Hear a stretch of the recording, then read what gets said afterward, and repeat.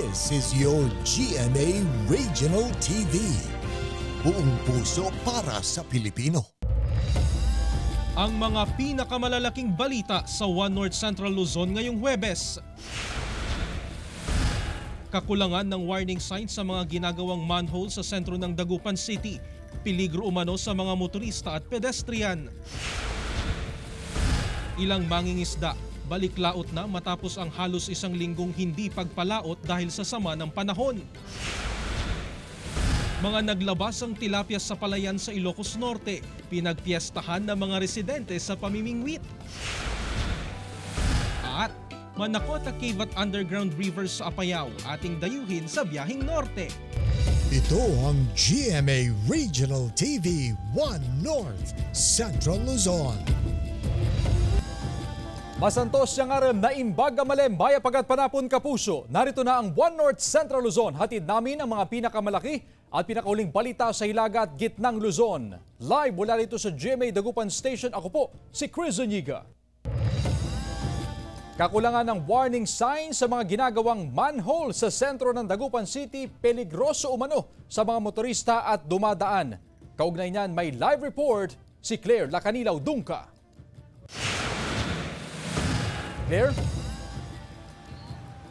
Chris, kung mapapansin mo sa aking likuran na walang warning signs doon sa ginagawang manhole dito sa may downtown area sa may Dagupan City, kaya delikado raw ito sa mga motorista maging sa mga dumadaan na pedestrian yung kakulangan ng warning signs sa mga ginagawang manhole ng DPWH lalo na dito sa Central Business District dito sa Dagupan City. Puspusan ang ginagawang pagsasaayos sa mga manhole ng DPWH sa Central Business District sa Dagupan City. Ngunit peligro raw sa ilang motorista at dumadaan ang kakulangan ng warning signs sa mga ginagawang manhole sa lungsod. Ayon sa ilang motorista, kung hindi titingnang mabuti, hindi raw mapapansin ang mga ginagawang manhole. Dapat sufficient yung warning signs, visible para hindi mahulog yung mga sasakyan. Tapos protection na rin ng mga pedestrian. Panawagan ng ilang motorista, maglagay ng karagdagang warning signs o reflectorized warning signs upang makita lalo na sa gabi at para iwas balaho sa kalsada. Sana reflectorize yung malaman ng lahat ng mga publiko, yung mga lalo na yung mga motorista, yung mga driver na hindi nakakapansin nito, delikado to. Ang ilang dumadaan nangangamba sa peligrong maaring idulot ng kawalan ng warning signs sa mga ginagawang manhole. Talagang delikado. Dahil wala pa mga madam, yung gamit, kung matapos na madam, di wala nang problema. Ayon sa DPWH, puspusan ng kanilang pagsasaayos sa mga manhole upang maiwasan ng baha, lalo na sa downtown area. Madalas din ang disgrasya sa mga lumang takip ng mga manhole, kaya lalagyan ito ng konkretong takip upang ligtas ito sa mga motorista. Sa ngayon, ongoing ang pagre-repair namin. Actually, hindi na siya repair, kundi total na removal. Pinapalitan na talaga ng bago kasi marami na yung dilapidated na naman. Tapos yung iba ninanakaw. Kaya dire-diretso lang ang paglagay namin. Chris, tiniyak naman ng DPWH o Department of Public Works and Highways na magdadagdag sila o kakausapin nila yung contractor upang dagdagan yung warning signs sa mga ginagawang manhole dito sa Dagupan City upang makaiwas na rin sa disgrasya, lalo na sa mga motorista maging sa mga pedestrian. Paalala naman ng otoridad na mag-ingat sa pagmamaneho o maging alerto sa pagmamaneho upang makaiwas sa disgrasya sa kalsada. Chris. Maraming salamat, Claire Lacanilaw Dungka. Dahil naman sa sunod-sunod na suspensyon ng klase bunsod ng masamang panahon, malawakang remedial class ipatutupad sa Bangalda National High School. May ulat, Jasmine Gabriel Galban. Simula nang magbalik eskwela noong buwan ng Hulyo, aabot na sa mahigit 10 araw ang bilang nang walang klase sa Bangaldan, Pangasinan matapos ang suspensyon dahil sa sunod-sunod na sama ng panahon. Bunsod nito, magpapatupad ng remedial classes sa Bangaldan National High School. Ang bawat teacher ay nagkakandak ng remedial or remediation classes, especially sa mga estudyante natin sa behind. Positibo naman na naging tugon dito ng mga learner. Dapat din daw kasi silang makahabol sa mga aralin bilang paghahanda sa nalalapit na first quarter examination. Maganda naman po para makahabol po sa mga naiwang activities, ganon. 30 minuto hanggang 1 oras ang remedial class. Bukod dito, pag-aaralan din ng pamunuan ng Manghay ang posibilidad ng pagkakaroon ng makeup classes. Posible yun, nangyayari yun.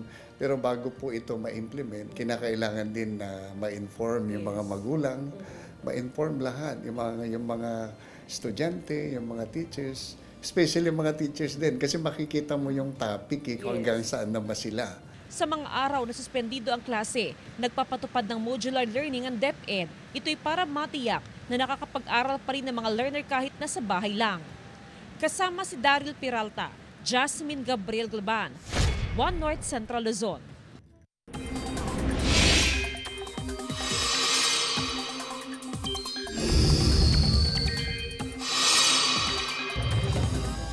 Mga kapuso, wala nang umiiral na anumang sama ng panahon o bagyo sa loob ng Philippine Area of Responsibility. Pero may mga pag-uulan pa rin sa ilang bahagi ng bansa. Dahil pa rin yan sa habagat na hinahatak at pinalalakas ng dating bagyong Hener at bagyong Helen. Sa datos ng Metro Weather, may mga pag-uulan pa rin sa ilang bahagi ng Ilocos Provinces, Abra, Kalinga, Apayao, Cagayan, La Union, Pangasinan, Zambales, Tarlac, Pampanga, Nueva Vizcaya, Nueva Ecija, Aurora at Isabela. Malalakas pa rin ang ulan sa ilang probinsya kaya maging handa pa rin sa banta ng baha o landslide. May tsansa rin ng ulan sa iba pang bahagi ng bansa. Ilang mangingisda balik laot na matapos ang halos 1 linggong hindi pagpalaot dahil sa sama ng panahon. Silipin sa report. Ngayong gumanda na ang panahon, nagsimula ng pumalaot ang ilang mangingisda sa Dagupan City matapos ang halos 1 linggong hindi pagpalaot dahil sa nagdaang bagyo. Pagkakataon na raw ito para makabawi ng kita ang mga mangingisda mula sa epekto ng nagdaang kalamidad. Nagbaka sakali ang mga mangingisda na pumalaot sa dagat upang may maiuwi sa pamilya. Medyo maliit pa. Kung wala yung bagyo, siguro maliit. Kung magbabago na itong tiyempo na maganda na, siguro araw-araw kaming makayaon. Inaasahan naman ng ilang mangingisda ang mas maraming huli, lalo na ngayong Burr months. Marami makuha. Tuloy na po yung hindi na dumating ibang bagyo para dire-diretso laot ng mga mangingisda. Ayon sa Pag-asa, bagamat tuluyan ng nakalabas sa Philippine Area of Responsibility ang bagyong Hener at Helen, patuloy rin na makararanas ng malakas na alon kaya paalala ng otoridad lalo na sa mga mangingisda na mag-ingat at maging alerto sa lagay ng panahon para maiwasan ng anumang aberya at disgrasya sa karagatan. Itong September 25 to October 1, asahan natin na may mabubuong tropical cyclone development na dito sa may extreme northern Luzon. Kaunting pag-iingat po dahil nandiyan pa rin yung malakas na pagkampas ng alon at maaari mag-ingat po sila para makaiwas sa aksidente. Kasama si Henry Dominsil, Claire Lacanilao Dungka, One North Central Luzon. Dahil naman sa matumal na bentahan ng Puto Kalasyaw online selling, pinasok na rin ng ilang tindera. Narito ang report. Dahil sa sama ng panahon na nararanasan sa iba't ibang bahagi ng bansa, apektado na rin ang kabuhayan ng karamihan. Gaya na lang ni Joanna na iniinda ngayon ang matumal na bentahan ng paninda nitong puto. Kung sa dating 40 kilos kada araw ang nabebenta kapag kalakasan, ngayon halos kalahati nitong ibinagsak. Ngayon po sir, matumal po. Siguro mataas na po namin sa 20 kilos. Gano'n. Pag malakasan po, umabot po kami ng mga 40 gano'n. Ang diskarte nila ngayon, online selling para makarami ng benta. Kailangan daw kasing sumabay na rin sila ng marketing strategy, lalo't in ngayon ng online selling. Basta magtawag-tawag lang sir. Ino-online na lang namin sir, gano'n. Okay lang naman kasi mas mahal sa amin. Bagamat walang paggalaw sa presyo ng raw material sa paggawa ng puto, tansyahan na lang din daw ang ginagawa ng mga vendor para iwas lugi. Nanatiling 110 pesos ang presyo ng plain puto at 130 pesos per kilo ang flavored with cheese. Kasama si Ron Alistair Taniedo, Jasmine Gabriel Galban, One North Central Luzon.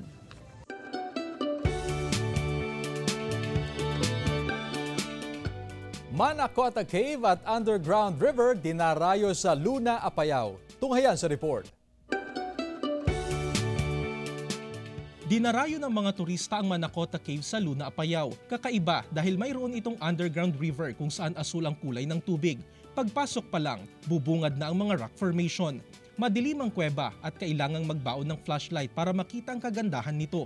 Malinis at malamig ang tubig kaya perfect sa mga gustong magbabad at magtampisaw. Pwedeng libutin ang ilalim ng cave gamit ang bangka. At tayo na may mamasyal sa Suacan Crystal Springs sa Barangay Baruyan, Bangi, Ilocos Norte. Dito mahahalina sa ganda ng kalikasan. Makikita rito ang bukal ng tubig na malakristal at malamig ang tubig kaya dinarayo ito ng mga nais maligo. Sa linaw at linis ng tubig, dito na rin naglalaba ang mga residente malapit sa batis. Mapabata o matanda, ligtas na makakapaligo sa lugar dahil hindi naman kalaliman ng tubig. Kapansin-pansin din ang tila kuweba pero ipinagbabawal itong pasukin.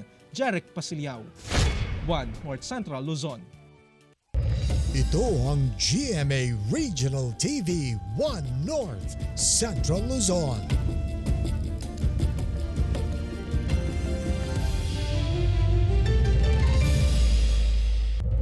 Ito ang GMA Regional TV 1 North Central Luzon.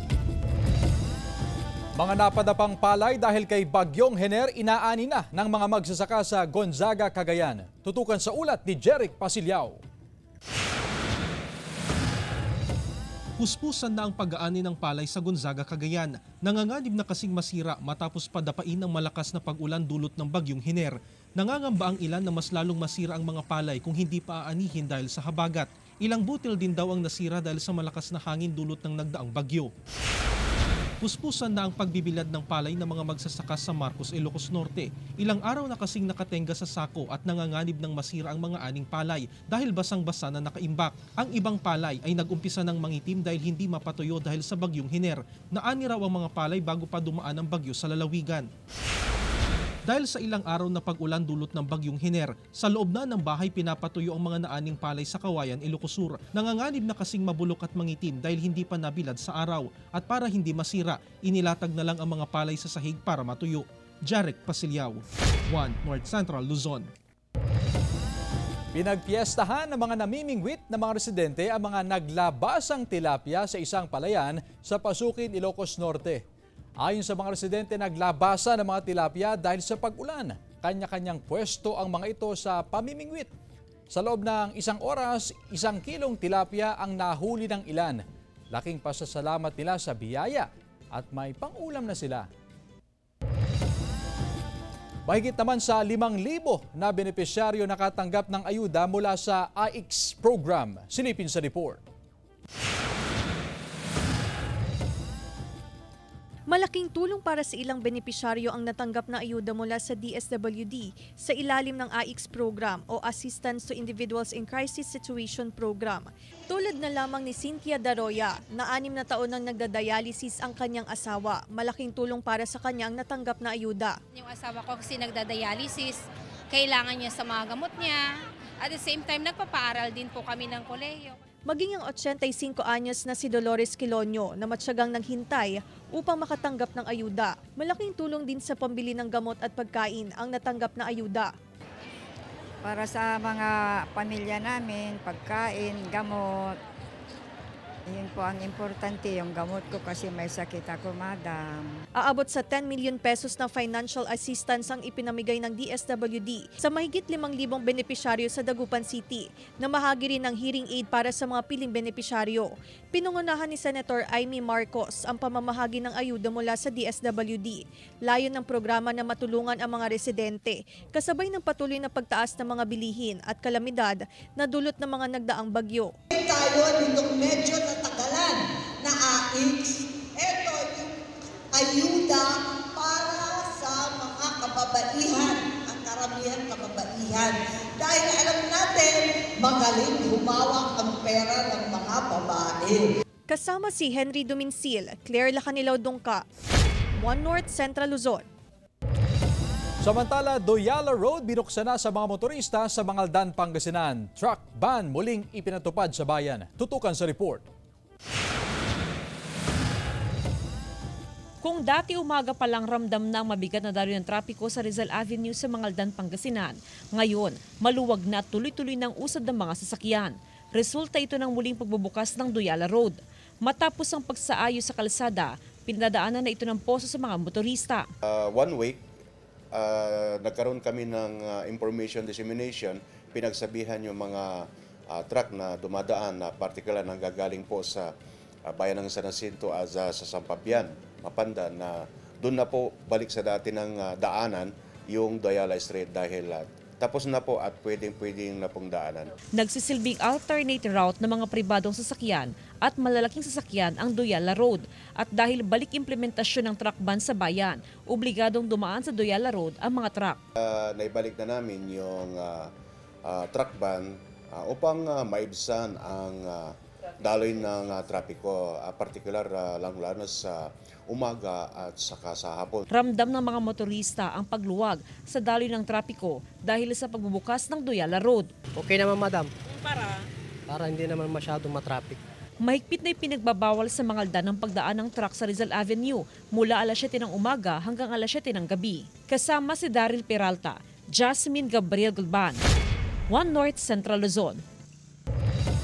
Ginising ng sunog ang mga residente sa San Carlos Heights, Irisan, Baguio City kaninang umaga. Sumiklab ang sunog sa isang bahay mag-alas 7 kaninang umaga sa ikatlong palapag nito. Ayon sa BFP, tumagal ng halos 30 minuto bago naapula ang apoy. Walang naitalang nasaktan sa insidente. Patuloy pang inaalam ang pinagmulan ng sunog. Harvest Supermoon nasilayan sa Caracas, Venezuela. Yan at iba pang globalita sa report.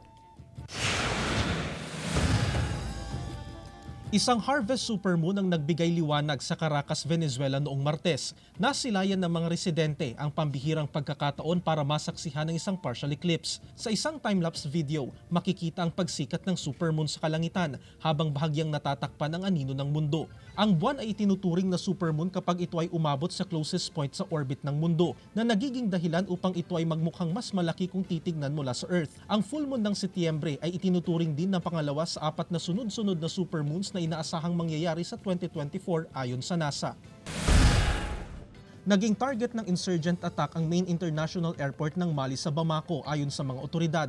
Sa mga video na ipinost sa mga social media account ng Al-Qaeda affiliates, makikitang isang armadong individual na nagsisindi ng apoy sa Boeing 737 na may nakasulat na Republic of Mali sa gilid nito. Sa isa pang footage, makikita rin ang isang gunman na nagpapaputok sa isang empty airport hall. Dahil dito, pansamantalang nilimitahan ng Transport Ministry ang akses sa paliparan upang maiwasan umano ang anumang panganib. Hinimok din ang mga tao na manatiling kalmado.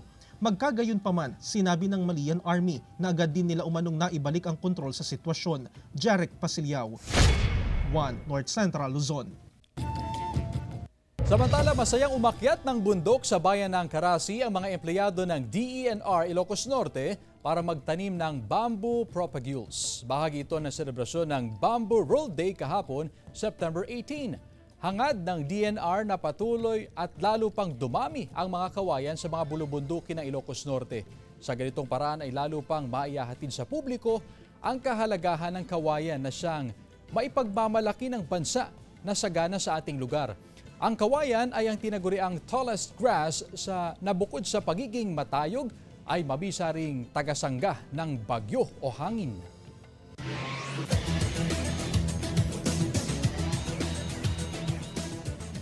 Sa patuloy na pag-arangkada ng NCAA Season 100, nagtagumpay ang JRU Heavy Bombers kontra San Sebastian Golden Stags sa score na 90-74.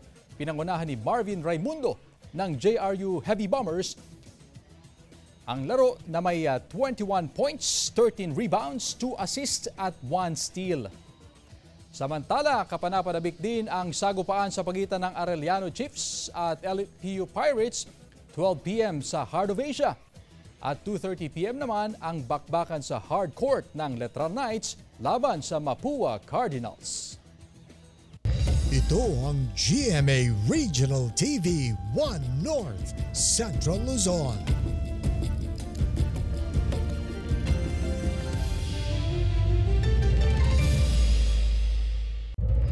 Ito ang GMA Regional TV 1 North Central Luzon.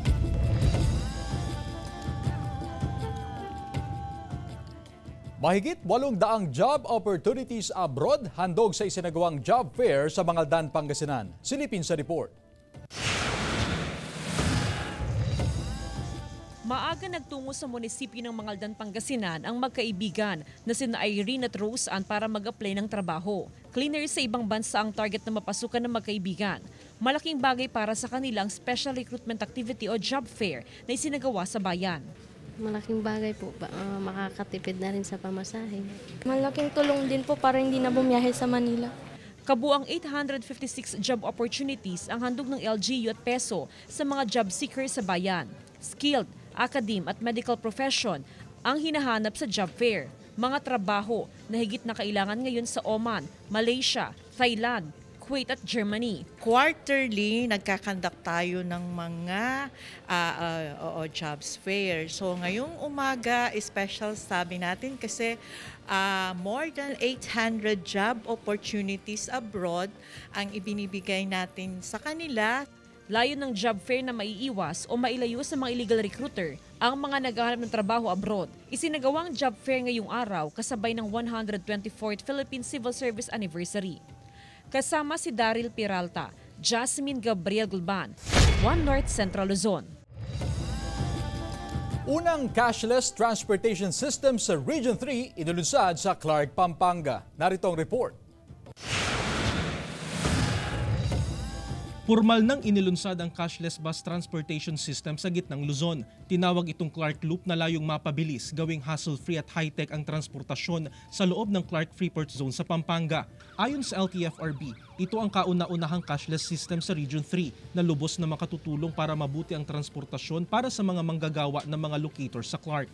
Mukhang ito pa lang, and it would be nice that this becomes successful, become embraced by everybody, even our transportation sector, the cooperatives, benefits will be felt by our commuters. Nasa 10 Clark Loop buses ang inisyal na mag-ooperate sa loob ng Clark.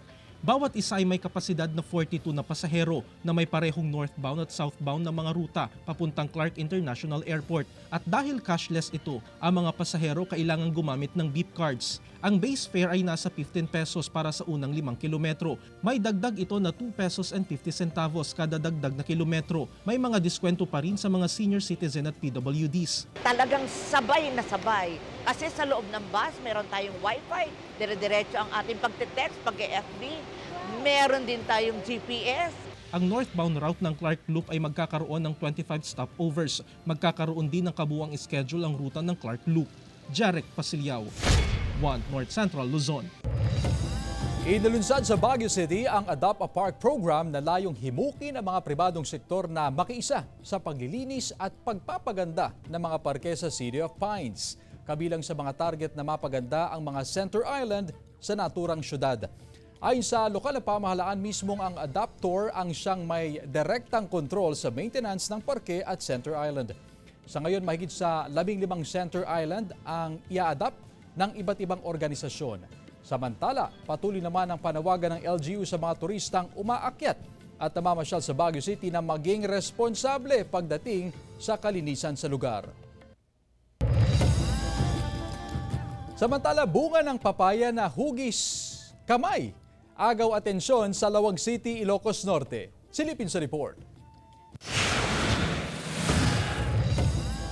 Naglilinis ng bakuran si Alma Arca ng Barangay Raraburan, Lawag City, Ilocos Norte nang mapansin niyang isang puno ng papaya na may kakaibang anyo ang isang bunga nito. Ang bunga kasi ng papaya, korteng kamay. Napansin ko nga ni adagayang bunga dito papay nga sa bali ko na. Kahit ko nagmuti sarili ko na akit ay padakilek man dito ita raman naktuman tibunga na nung nasa mitkuno saan ko na. Lumipas ang ilang buwan nang magdesisyon si Alma na kunin ang bunga ng papaya. Sa unang tingin, Tila isang malaking green bell pepper ito. Pero marami nagsasabi na korting nakabukas na palad ang kakaibang bunga. Sabik na binalatan ni Alma ang bunga. Nagulat din siya nang malaman na walang buto ang papaya. Ipinost pa niya ito sa social media at ang mga ibang netizen ay namangha. Nuroray may nga nagloom, nagdadag, binuras min, siyempre rinaman nami, ni nasamit met gayam, ti ang pumipaykit di akit napait, nasamit met. Sa ipinadalang pahayag ng Lawag City Agriculture Office, ang papaya na may korting kamay ay posibleng dulot daw ng abnormality at hindi kumpleto ang fertilization nito kaya nagkaroon ng deformation. Jasmine Gabriel Gulban, One North Central Luzon.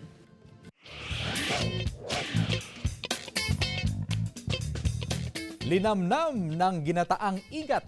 Ating lasapin sa report.